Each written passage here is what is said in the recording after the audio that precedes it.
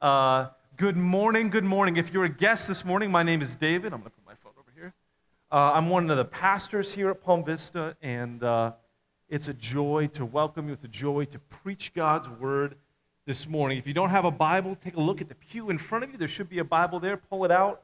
You get the Bible on your phone. We are going to be in Ecclesiastes chapter 10, and it's going to help a lot this morning to have the Word open in front of you. We're actually going to work through this text not quite in order, so it's good to have the words in front of you. You can follow along with us. So turn with me to Ecclesiastes chapter 10. We're continuing this morning our series in Ecclesiastes entitled Life is a Vapor. This morning's sermon is titled A Little Folly Goes a Long Way. A little folly goes a long way. Today, Solomon is going to look at how precious wisdom is in a world so full of foolishness. So, let's read together Ecclesiastes chapter 10, starting in verse 1. Church, this is the word of the Lord. Dead flies make the perfumer's ointment give off a stench. So a little folly outweighs wisdom and honor. A wise man's heart inclines him to the right, but a fool's heart to the left. Even when the fool walks on the road, he lacks sense, and he says to everyone that he's a fool. If the anger of the ruler rises against you, do not leave your place, for calmness will lay great offenses to rest. There's an evil that I've seen under the sun, as it were an error proceeding from the ruler. Folly is set in many high places. The rich sit in a low place. I've seen slaves on horses and princes walking on the ground like slaves. He who digs a pit will fall into it, and a serpent will bite him who breaks through a wall. He who quarries stones is hurt by them, and who splits logs is endangered by them. If the iron is blunt, and one does not sharpen its edge, he must use more strength. But wisdom helps one succeed. If the serpent bites before it's charmed, there's no advantage to the charmer. The words of a wise man's mouth win him favor, but the lips of a fool consume him. The beginning of the words of his mouth is foolishness, and the end of his talk is evil madness. A fool multiplies his words, though no man knows what is to be, and who can tell him what will be after him? The toil of a fool wearies him, for he does not know the way to the city. Woe to you, O land, when your king is a child and your princes feast in the morning. Happy are you, O land, when your king is the son of nobility and your princes feast at the proper time, for strength and not for drunkenness. Through sloth the roof sinks in, through indolence the house leaks. Bread is made for laughter, and wine gladdens the heart, and money answers everything. Even in your thoughts, do not curse the king, nor in your bedroom curse the rich. For a bird of the air will carry your voice, or some winged creature tell the matter. This is the word of the Lord. Let's pray. Jesus, open your words to us this morning. O God of wisdom, would you reveal yourself to us today? I pray as we examine this word, we would be ourselves examined. Teach us wisdom. May we fear you this morning. In Jesus' name, amen. Some of you ever played the game Jenga? You know Jenga, the little wooden blocks that you stack into a tower?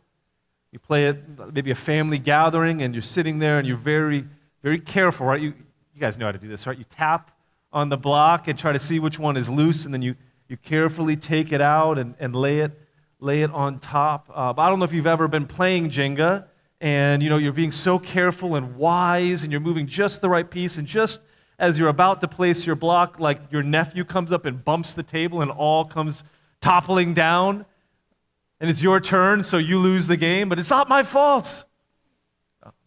Solomon's example of wisdom this morning is he's saying that life can be like that you can be wise. You can know that wisdom is valid. You can know how to play the game and know that it's good and precious, but sometimes people just knock into the table of some fool comes barreling by and knocks over everything you've so carefully erected and put together in your life. You ever had that experience? If you remember last week's passage, we learned about this poor wise man who by his wisdom rescued the entire city, but the foolishness of the people in that city, they forgot him and despised him despite all that he had done. I'll preach that text and end it with reading the first verse of our text today, which bridges the two. In verse 1, it says, "Dead flies make the perfumer's ointment give off a stench, so a little folly outweighs wisdom and honor." It's just a little bit of foolishness mixed in with that cologne, and it starts to smell bad. Wisdom, he says, is precious, but folly is potent. There's a big idea for our text this morning. It's that wisdom is precious, but folly is potent. Wisdom is of incredible value. It's like an expensive cologne. It's wonderful and delightful, but just a little bit of folly can ruin all the benefit of that wisdom. So how are we then to live in a world like this? Well, Solomon gives us two things. It's really the two halves of our big idea statement this morning. First, we need to realize that wisdom is indeed precious. Wisdom is precious. And in his this passage this morning, Solomon describes for us two of the precious benefits we get from wisdom. He gives these two benefits by contrasting foolishness and wisdom. The first benefit from wisdom is that wisdom wins favor. Wisdom wins us favor. Look at verse 2. It says, "A wise man's heart inclines him to the right, but a fool's heart to the left. Even when the fool walks on the road, he lacks sense, and he says to everyone that he's a fool. The anger of the ruler rises against you. Don't leave your place, for calmness will lay great offenses to rest." That's what a wise man does. Keep your finger there, but now let's go down to verse 12, because Solomon revisits the same benefit of wisdom, the ability of wisdom to win favor. In verse 12, he says, "The words of a wise man's mouth win him favor, but the lips of a fool consume him." The beginning of the words of his mouth is foolishness, and the end of his talk is evil madness. A fool multiplies his words, though no man knows what is to be, and who can tell him what will be after him? The toil of a fool wearies him, for he does not know the way to the city. So when Solomon says the wise man heart inclines him to the right and the fool to the left, he's not talking about politics. This is him speaking about the right hand of strength and protection. And in that time, the right hand was the hand of strength, and the left hand, us left-handers, was weakness, and the hand of vulnerability. And he says the wise man's heart leads him into protection and strength, while the fool's heart leaves him foolish, or leaves him vulnerable and weak. So the fool, as he's walking down the road, he just constantly exposes himself to everyone as a fool. Wherever he goes, he's got the cologne of his words, the smell of his life has been corrupted with foolishness. So everywhere he goes, you can smell him coming before you can see him. Right? He's just everywhere. He's just always talking. The fool's always got something to say, but has no idea what he's talking about. And he's loud. From beginning to end, he says, the fool's words are just folly and madness. He just keeps saying things, but it's like his words get ahead of his head. So he's saying things first, and then he figures out what he meant to say. He says he doesn't even know where he's going. He doesn't know where the city is, but he's telling people where to go. Right? The fool is shouting. He's the loudest guy in the room with the least to say.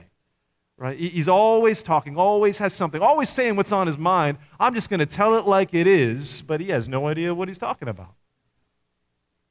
And so he says his lips, they just consume him. They eat him up. They've consumed him. You notice the reversal. That your lips are supposed to consume things for you, but his lips, they've taken hold of him, and his lips just go where they want to go. He wears himself out. He's not listening to anybody. Nobody can tell him what will come. People try to tell him how foolish he is. He's not listening to anybody. No one can tell him what will come after him. You know that the loudest person in the room, the most confident person, isn't often the wisest, right? The loudest person on social media is not often the wisest. The loudest voice on the TV isn't necessarily the one who knows what they're talking about.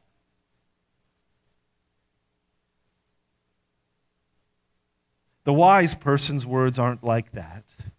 The wise man, the wise woman, their speech, Solomon says, is disciplined. It's thoughtful. It's self-controlled. So when the king gets angry, the wise person doesn't respond with a harsh word, doesn't storm out of the room. The wise person, he says, he's calm and reasonable. The wise person isn't the one shouting over the crowd, writing in all caps on Facebook. He's not calling his opponents names. He's sitting quietly in the corner. He's listening. He's staying calm. He's tapping each of the blocks to see which one is loose that he can pull on. And then when the wise man, the wise woman speaks, she's able to speak in a way that brings the temperature down. Right? When their words come out, that wise person makes everybody feel like, oh, you know what, we are actually all on the same team, aren't we? I know we can disagree on things, but actually we're together here, aren't we? He calms down offenses. The wise person is the person who's able to say to their opponent's argument in a way that the other person says, yeah, that's exactly what I wanted. You said it better than I could have. Right? They're listening, they're observing, they're speaking, they're bringing down the temperature. It says the wise person's gentle response turns away the wrath of the king so that even great offenses are put to rest. Man, wisdom is precious. To have wise words. What would that do to your marriage if you spoke like a wise man, a wise woman? If in the midst of that conflict that nobody remembers what the conflict is about, you were able to slow down and step back and take a deep breath and say, we're on the same team here, aren't we? Let me see if I can actually say what you're trying to say in a way that you would agree with, not the way that it makes you look bad.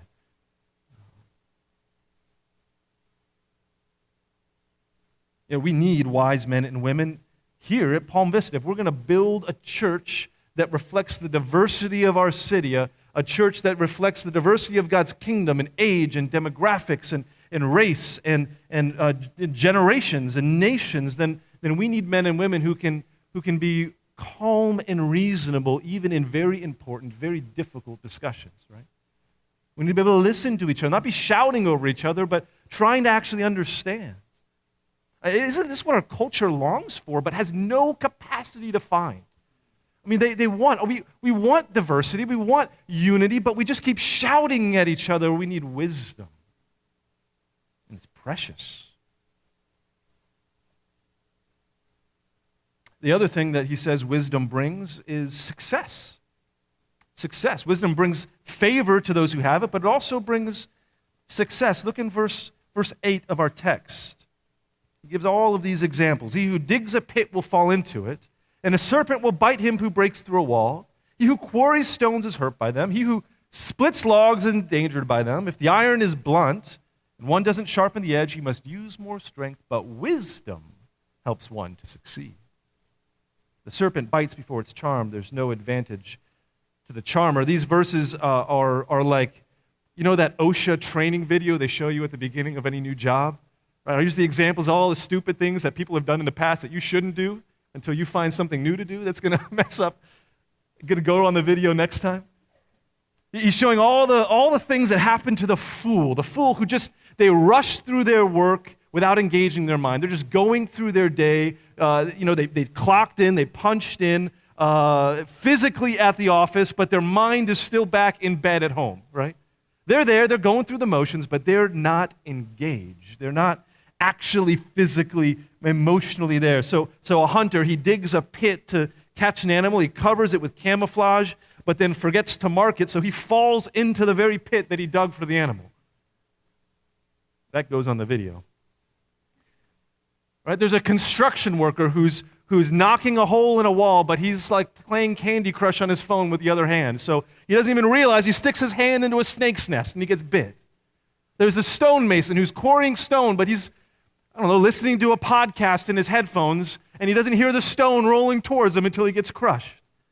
He's at all these examples of foolishness. The lumberjack, he's splitting wood. His mind's not there, and so he's got 9 toes now. Right? He's just not paying attention. He's physically there, but he's got no wisdom. Just going through the motions. And Solomon says, no, but the wise man, wisdom helps him find success because he's fully engaged. He's working with his whole self, his body, his mind. His whole self is engaged in whatever God has given him to do. So when he's chopping wood and he notices the blade is a little dull, he stops and he sharpens it and he gets it sharp so he can work quicker and with less energy. When he's at home, he's probably going on YouTube and watching videos of how to get a stance so that he gets more power with each stroke. He's thinking about how to do this job that God has given him the best way possible. He says with wisdom, it helps him succeed. He cuts more wood than anyone else, and he gets home, and he's still got energy left over. I remember when I was a young man, I got my first job. My dad gave me some advice. I worked at Albertsons as a bag boy. You remember Albertsons? I don't think they even have them in Florida anymore. And I remember being kind of disappointed I didn't get the cashier job, And my dad gave me this advice. He said, David, whatever God gives you to do it with all your might.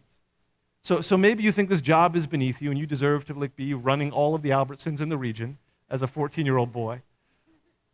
But this is what God has given you to do. Engage fully. Give yourself fully to it. If you've got bad managers, learn from them and how to be a better manager. If you've got a tough shift, learn what it's like to be a worker. Learn what it's like to do it with all your strength, all your energy. And it was great advice. It made the day go faster. I found myself better engaged. I actually enjoyed my work a little bit. And I learned a lot for later in life. And Solomon's saying this is a wise man, a wise woman. Whatever God gives them to do, they do it with all their strength, with all their might. Even if it's just digging holes and chiseling stones and chopping wood, it's repetitive work that doesn't seem to go anywhere. Do it with all your strength. Give it all your might. Give it all your wisdom. Give it all of yourself. You're going to find it takes less energy to do it that way. And you're going to find more success. It's going to make life better for you, he says. So be the best cashier, the best bag boy you can be. You say, well, David, that's great advice. Thank you. But you haven't met my boss. You haven't met my coworkers. I've tried this way of wisdom. I've been so careful. I've been so thoughtful. I've been fully engaged the whole time. And yet, I'm still getting nowhere. Some fool keeps bumping into the table and knocking over the whole game. Well, that's actually Solomon's next point. Yes, you're right. Wisdom is so precious. But folly is quite potent, isn't it? Folly is potent. There's 2 places where Solomon observes how folly, just a little bit, can spoil all the benefits of wisdom. First, folly is really potent when folly is in a leader. Let's go back to verse 5. Remember Solomon in the previous verses, he's been praising the wise man's gentle words, how the gentle words of the wise man turn away the wrath of the king and give him favor when the king is angry with him. Well, let's see how it turned out for that wise man. Look in verse 5. There's an evil that I've seen under the sun, as it were, an error proceeding from the ruler. The same ruler, the wise man, has been charming with his words. Folly is set in high places, and the rich sit in a low place. I've seen slaves on horses and princes walking on the ground like slaves. What's he saying?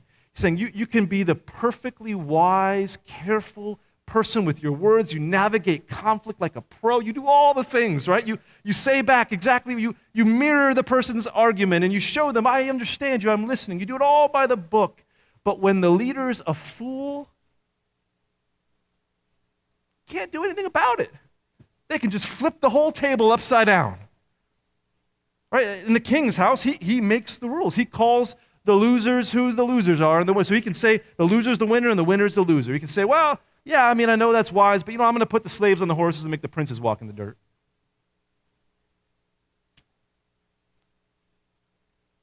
It's great. Thanks for all your hard work. Thanks for giving it your all, engaging your full mind. But you know what? My nephew needs a job. And so the village idiot's going to be your new boss now. Congratulations. Thanks for all the hard work and wise words. Wisdom is precious. It's a great advantage, a wonderful treasure, but it's no guarantee of success. It's no promise that if you're wise, everyone's going to like you and be happy with you. Fools bump into the table all the time and knock everything over. He makes the same point again in verse 16. After giving that long list, that whole OSHA video of all the stupid things you shouldn't do and how wisdom helps a wise man succeed, then look in verse 16, the very next thing, woe to you, O land, when your king is a child and your princes feast in the morning. Happy are you, O land, when your king is a son of nobility and your princes feast at the proper time for strength and not for drunkenness. Through sloth the roof sinks in, and through indolence the house leaks.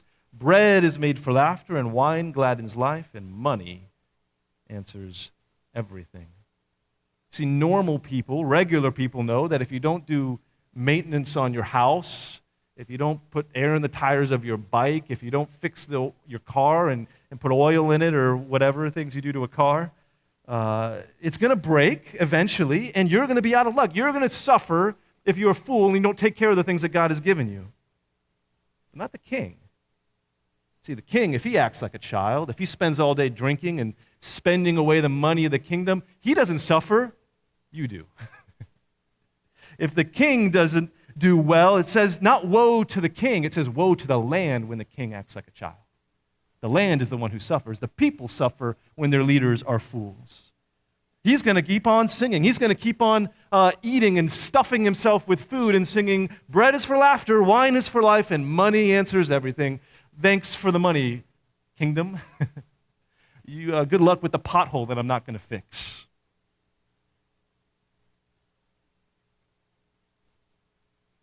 Wisdom is precious, but just a little folly in the heart of a leader can destroy all the benefits. It's no guarantee. It's no promise that things are going to go well for you.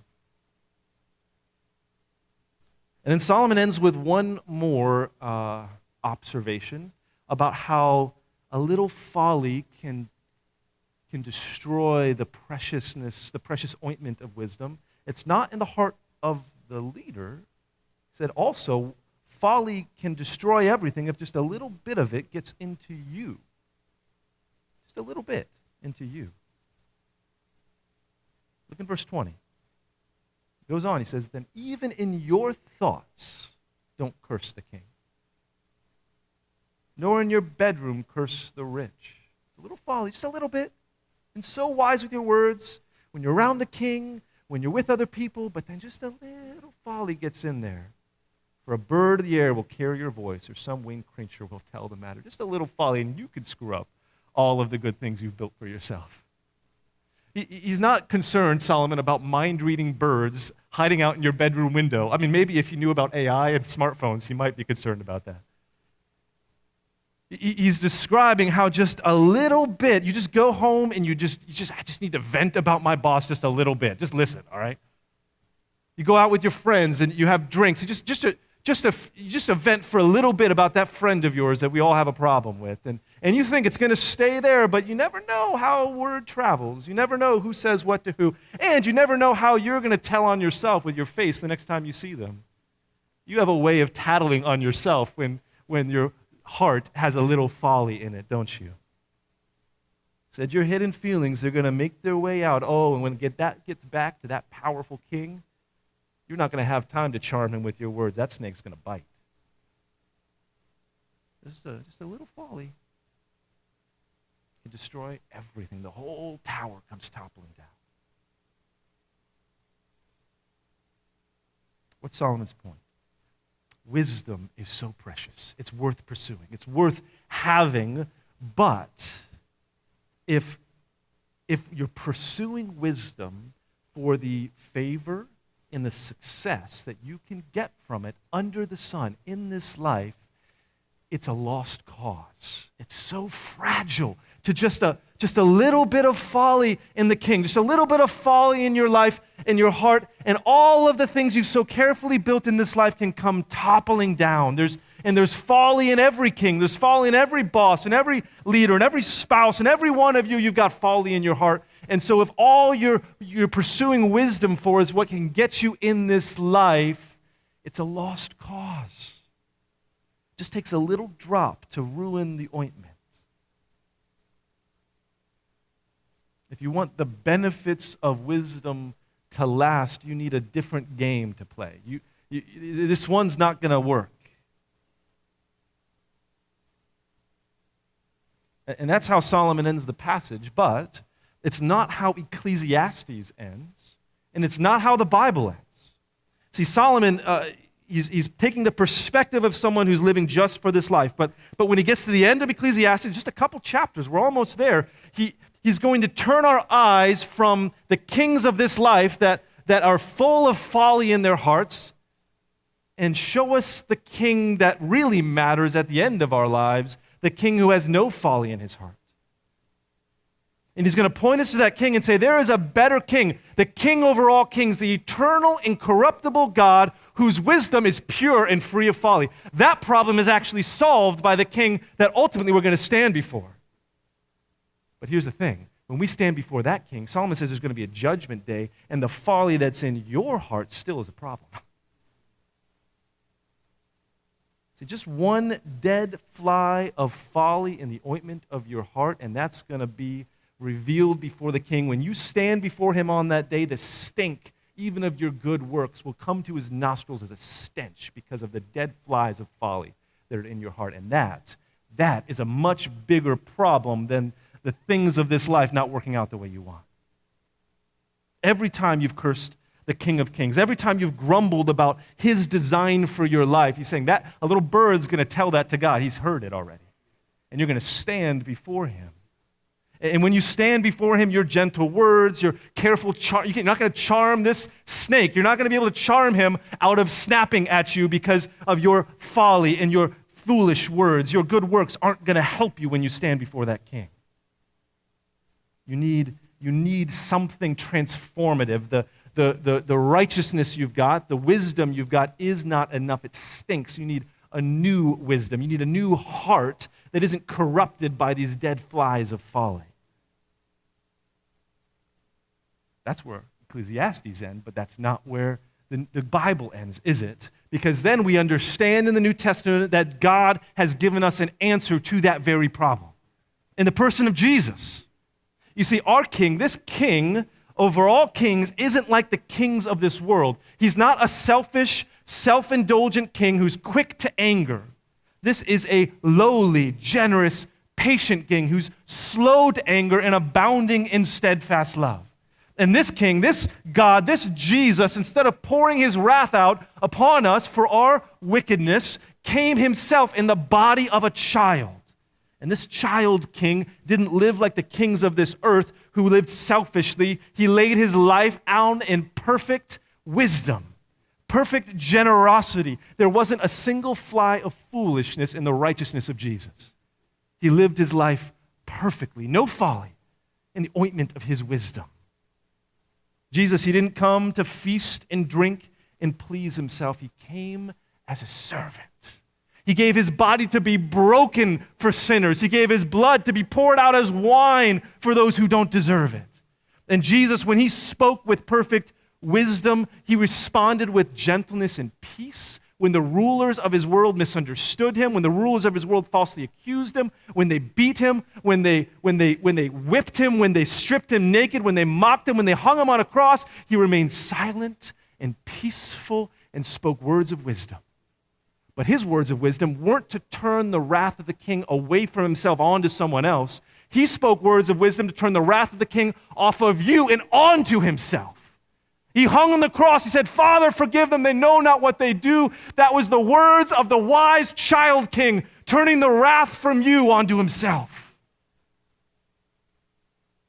Jesus poured out the ointment of his wisdom, poured himself out for us who deserve the wrath of God, who stink with the foolishness that we've embraced. He poured out his ointment of his wisdom upon us that we might smell like him. What an incredible gift. And his heart cannot be and has not been corrupted. That means that all who trust in Jesus, all who rest in Jesus, all who find God, Jesus, as their king, and not the kings of this earth who aren't living for this life, but living for the life to come, who say, it's not my righteousness that makes me acceptable before God, but the righteousness of Jesus. All of those who trust in him, when they stand before God, what God will smell is not the foul stench of your corrupted good works, but the beautiful aroma of Jesus' righteousness. You stand before him and you breathe into his nose the smell of Jesus' righteousness, and he says, well done, good and faithful servant. He solved the problem of our folly. What does that mean? It means that when the favor and success that you've worked so hard to build for yourself in this life is toppled by some fool, maybe yourself, maybe somebody else, when they knock over all the things that you've built in this life, you don't have to despair. Because you have a king who's incorruptible, whose favor and success has been given to you freely. You have a righteousness, you have an aroma about you that's not built on your good works and the things you can build for yourself in this life, because you have the success of Jesus secured for you eternally. And so whatever fools you have in your life, your boss, whatever politician, whatever leader, none of them can take from you what Jesus has purchased for you. Oh, wisdom is precious. It's so precious. It's more precious than you could possibly imagine. But wisdom's not just an idea, it's a person, and his name is Jesus. And folly is indeed potent. It's potent. It can destroy much good. Oh, but the folly of the cross is more wise than all the wisdom of this earth. Oh, wisdom is precious and folly is potent, but both of them are fulfilled in the person of Jesus Christ, who has given you the aroma of his righteousness. So whatever things knock over the Jenga towers in your life, you have a kingdom that's built on solid ground. A kingdom that's not built on the sinking sands and the wobbly tables of this life, but it's built on the rock of Jesus.